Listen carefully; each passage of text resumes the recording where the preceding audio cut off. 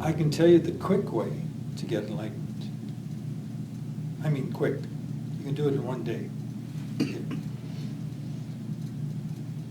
You'd like to know that one? Sure, of course.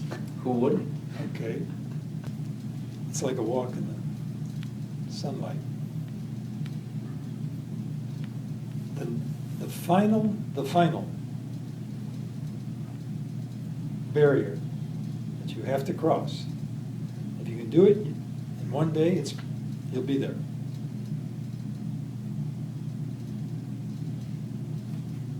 Can you stand in the world and claim you're fearless? If you can do that, you will be enlightened. Interesting, huh? That's what Swami told me.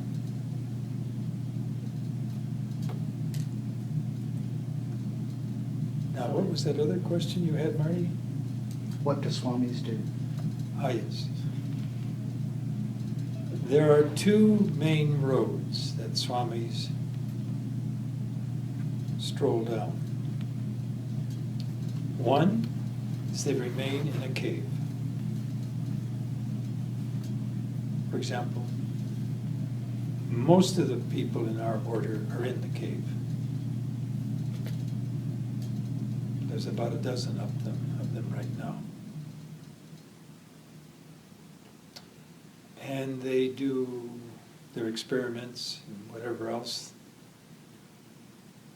they decide in the cave. Doesn't mean they don't go out for walks or something, but their primary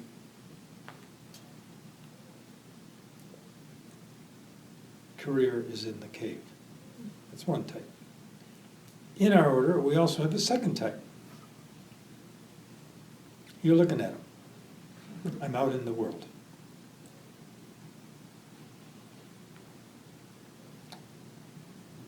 And I'm to walk in the world as a Swami,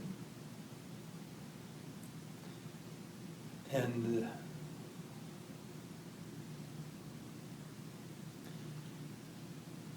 I'm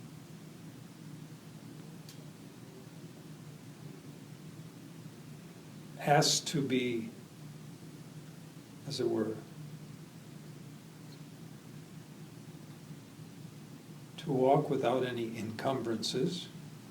That's a big word. What would that be? Well, I'll get to that. To attempt to walk fearlessly, to be self-reliant, fearless,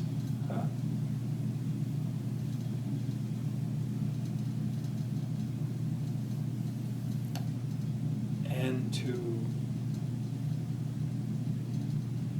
master all my senses and their proclivities,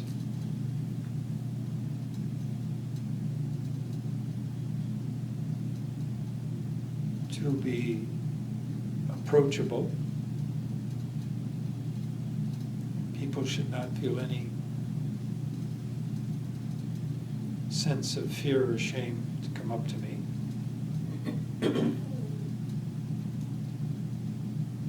To pass on the tradition discreetly.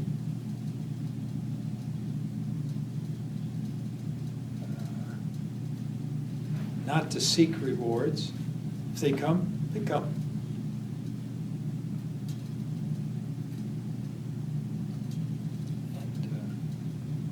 And that gives you a few of the credentials to express. That's what a Swami does. Now, those in the cave have their own assignments. Some in the cave are meditating for peace on earth. They're trying to bring down the level of chaotic noise, like what we find in coffee shops. That's the minor point. Traffic, all kinds of things going on. Huh? Some of them are dedicated to that. Most of those men choose what area they'd like to concentrate on. So their free will is acknowledged. There's also a counterpart to our monastery, all women. It's more hidden than ours. Most people hardly know it exists. I haven't been there yet. I haven't gotten an invitation. In the Himalayas? Yes. Really? Yes. You can't join them, they invite you. You come for a trial. Your trial, that's all. They'll see if you enjoy it, if you want to stay. I have seen swamis walk away.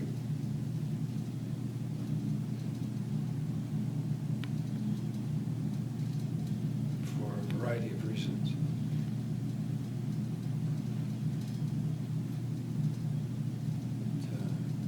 That at least gives you a glimpse of what it's involved in.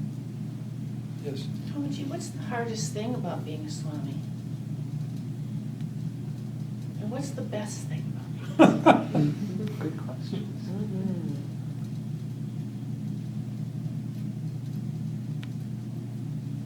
The hardest thing.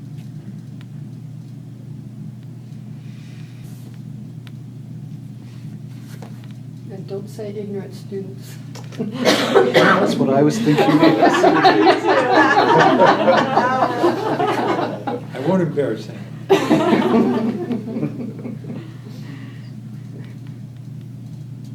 Well, like you, I'm in a rush.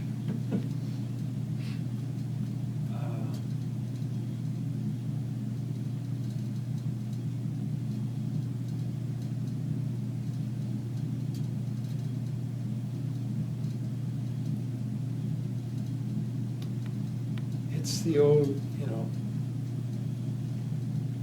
you read the weekly today? Mhm. Okay. Like Terry Fox, every day a marathon with one leg. Can you imagine the pain all by himself out there? But he made the point, I'm going to do it to bring attention. So it's, everybody has your minor discouragements. Things don't work out. You try your best and you slip. Okay. But you keep going. And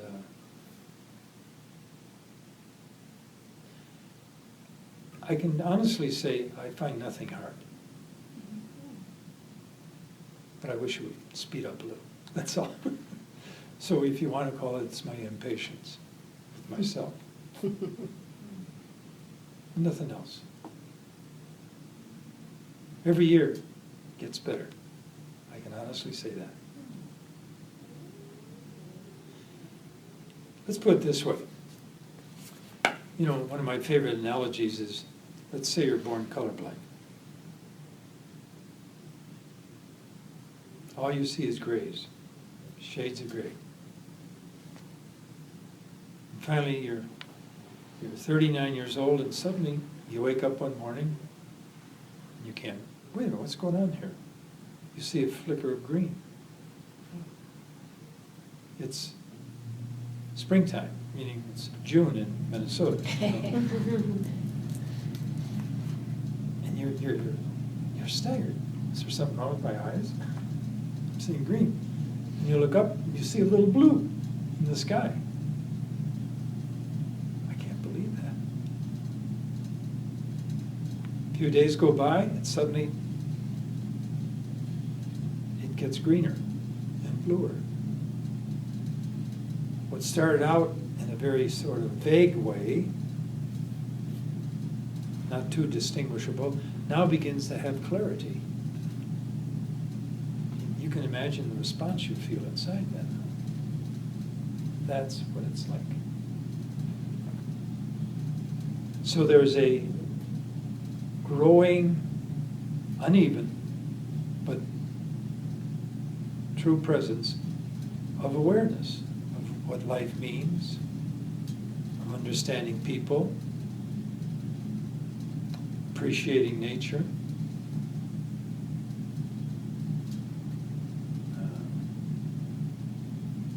enjoying all the seasons, not trying to take refuge in Miami. Don't ever send me there, that'd be a punishment. I want all 4 seasons.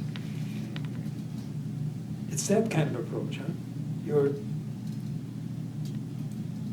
widening and deepening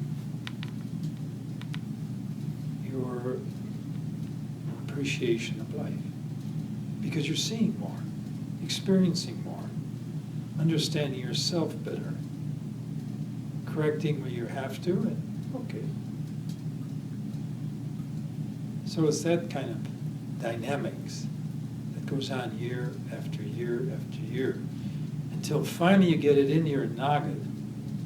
Just enjoy the trip, don't rush. That takes a long time, I grant you that. There are times that you get so impatient. But it's like watching your children grow up, right? You just go day after day. And put up with all their shenanigans.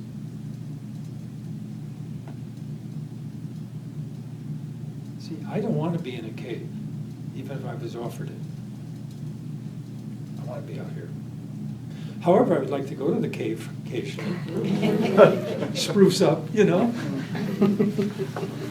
Then I'll appreciate it. I said, I wouldn't mind going to the cave, you know, a month or two, a year. But no, my path was to be in the world. He told me that. Your path is not to be in the cave. I said, good. I chose a better path.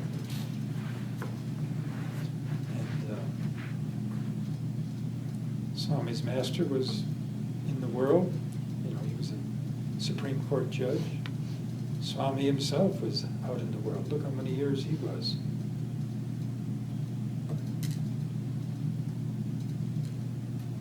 See, the way I see to get past the barrier of fears is to meet reality.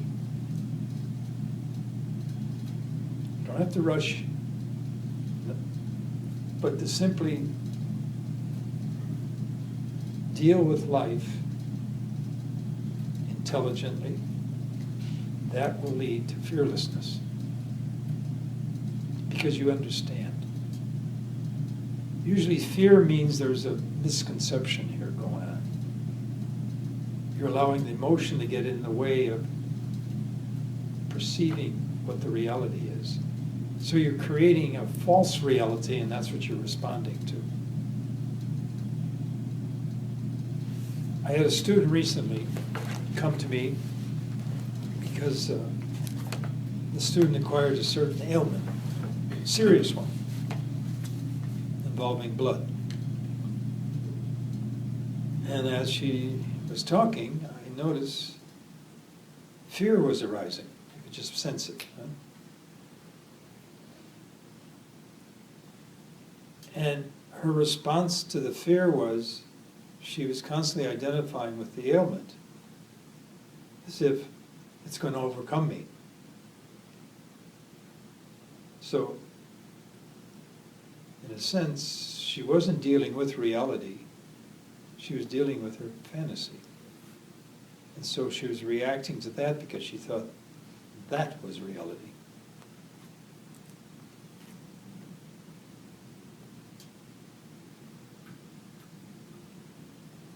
So, when a fear comes up, your stance could be, I'm from Missouri. Prove it. Go ahead, fear, prove yourself. I'm waiting. It can't. Doesn't mean you can't be cautious. That's an entirely different sense. But just by staying with your obligations, the desires that you enjoy, meeting them each day, that pushes off fears. Because you're living in real time, not in fantasies. Which is an interesting interruption. Now I can begin my article for you. It's perfect timing. Does that help you understand what a Swami is? Okay.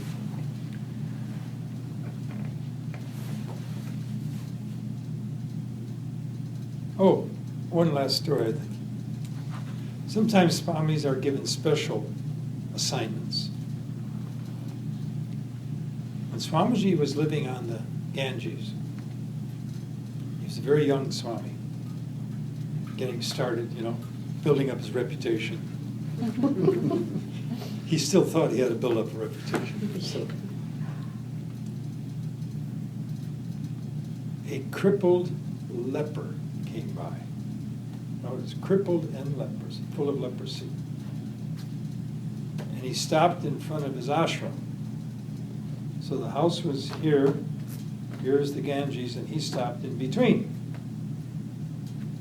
He said, "Hey, Swami, why don't you take care of me? Or are you all talk?" Wow. "Hey, you ignoring me? Come on, I'm dirty. Go get some warm water and, give me a sponge bath. What use are you?" He just went on and on. And he decided to stay there overnight. Next day, he continued shouting to Swamiji, saying, "You're wasting your time. You're just sitting in there waiting for your students. Why don't you come out here and do something decent?"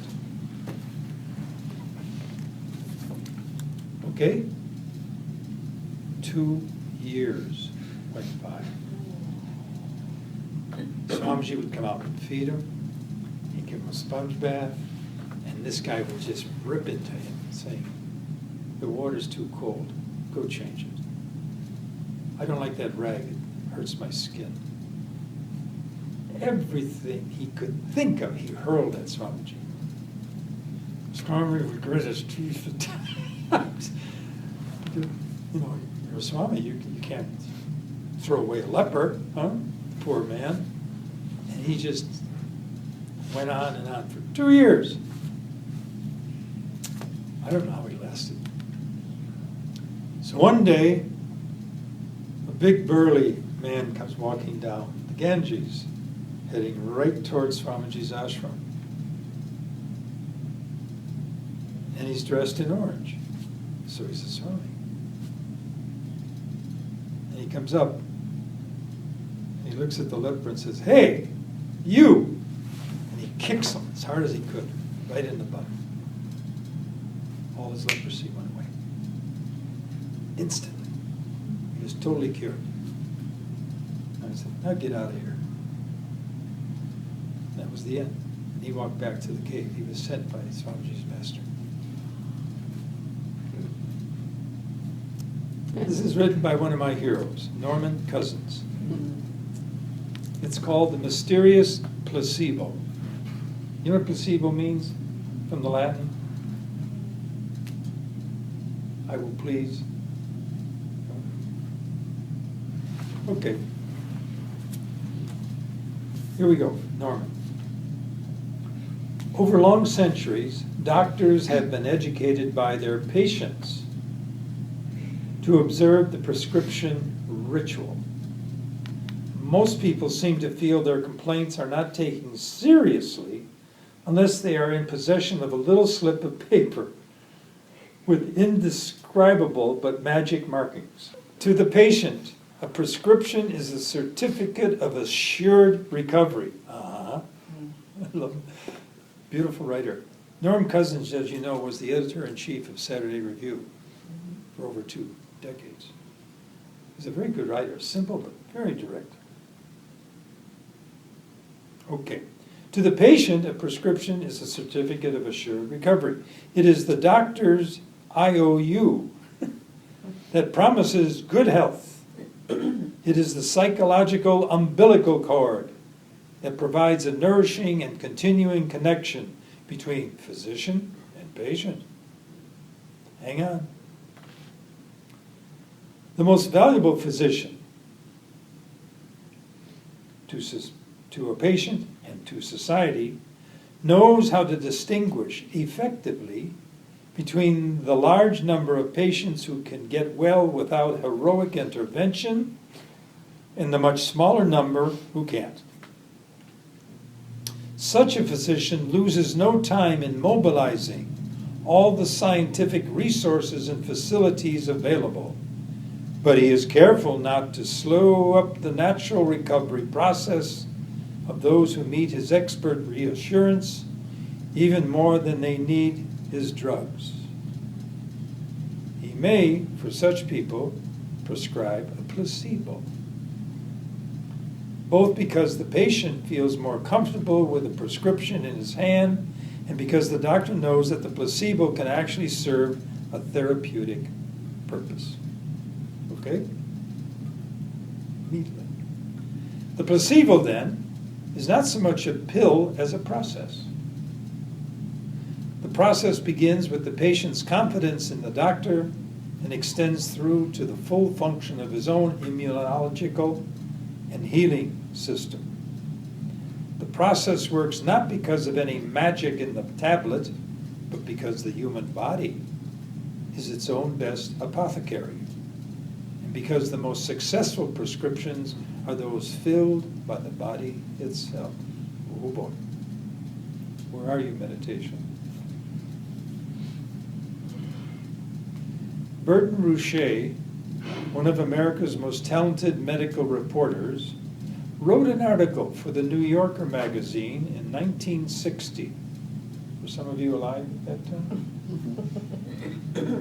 In which he said that the placebo derives its power, quote, from the infinite capacity of the human mind for self-deception. What? This interpretation is not held by placebo scholars. They believe that the placebo is powerful not because it fools the body, but because it translates the will to live into a physical reality. I like that. Translates the will to live into a physical reality. And they've been able to document the fact that the placebo triggers specific biochemical changes in the body. The fact that the placebo will have no physiological effect if the patient knows it is a placebo only confirms something about the capacity of the human body to transform hope into tangible and essential biochemical change. The placebo is proof that there is no real separation between mind and body. Like that. Illness is always an interaction between both. Okay? It can begin in the mind and affect the body, or it can begin in the body and affect the mind, both of which are served by the same bloodstream. Well, the brain is, the mind isn't. The mind is not material, but the brain is. So we'll forgive him that. Attempts to treat most mental illnesses as though they were completely free of physical causes, and attempts to treat most bodily diseases as though the mind were in no way involved, must be considered archaic in the light of new evidence about the way the human body functions. Placebo will not work under all circumstances. The chances of successful use are believed to be directly proportionate to the quality of the patient's relationship with a doctor. Okay?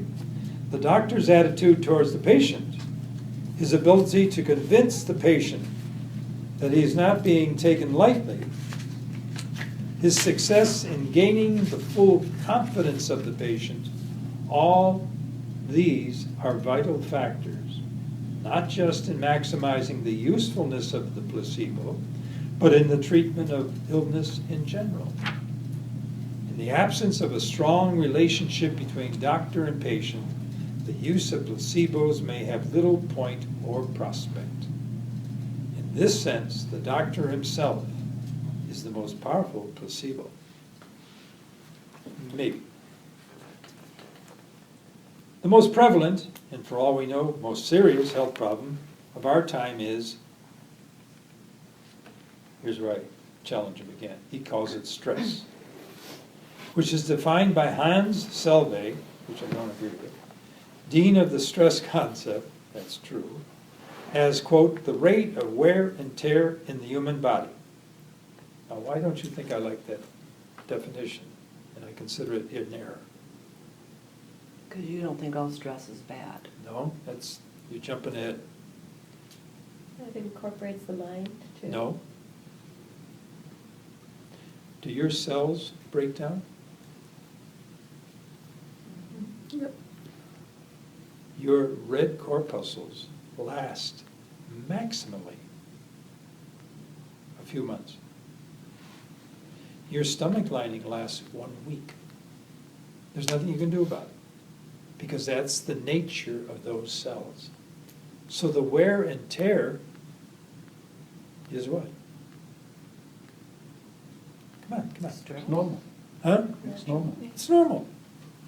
So you can see why I don't agree with his. Mhm. So let me rephrase the definition.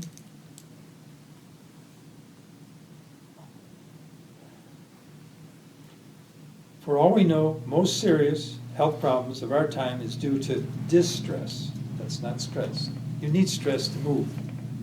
You need stress to reach. You need stress to walk. But distress is an exaggeration of that stress. So that the stress concept, the rate of wear and tear in the human body, no, it's the rate of exaggerated wear and tear in the body. When you're straining, when you're putting burdens on it that it's not capable of sustaining, that's what'll hurt you. But the normal wear and tear is going on all day long in you. You got my point? It's not just the congestion outside of us, a congestion of people and ideas and issues, but our inner congestion that is hurting us. Yes, I agree to that. Our experiences come at us in such a profusion and from so many different directions that they are never really sorted out, much less absorbed the way they should be. The result is clutter, confusion. We gorge the senses and starve the sensitivities. Yes, we do, at Starbucks. Your health is bound to be affected, quote, Boris Pasternak. Remember him and Dr. Zhivago? Mhm. Great picture if you've never seen it. Quote, if day after day you say the opposite of what you feel, if you grovel before what you dislike and rejoice at what brings you nothing but misfortune, our nervous system isn't just a fiction. It's a part of our physical body, and our soul exists in space and is inside of us like the teeth in our mouth, and it can't be forever violated with impunity. Wow, huh? It's all in that picture, or the book. In other words, now we're back to cousins. It is doubtful whether the placebo, or any drug for that matter, would get very far without a patient's robust will to live. I agree. For the will to live is a window on the future. I like that. But you know what's supporting that will? It's a 4-letter word starting with H. Hope. Hope. Not faith. Hope. You got it. It opens the individual to such help as the outside world has to offer, and it connects that help to the body's own capability for fighting disease. It enables the human body to make the most of itself. The placebo has a role to play in transforming the will to live from a poetical conception to a physical reality and a governing force. How about it? So let's end there.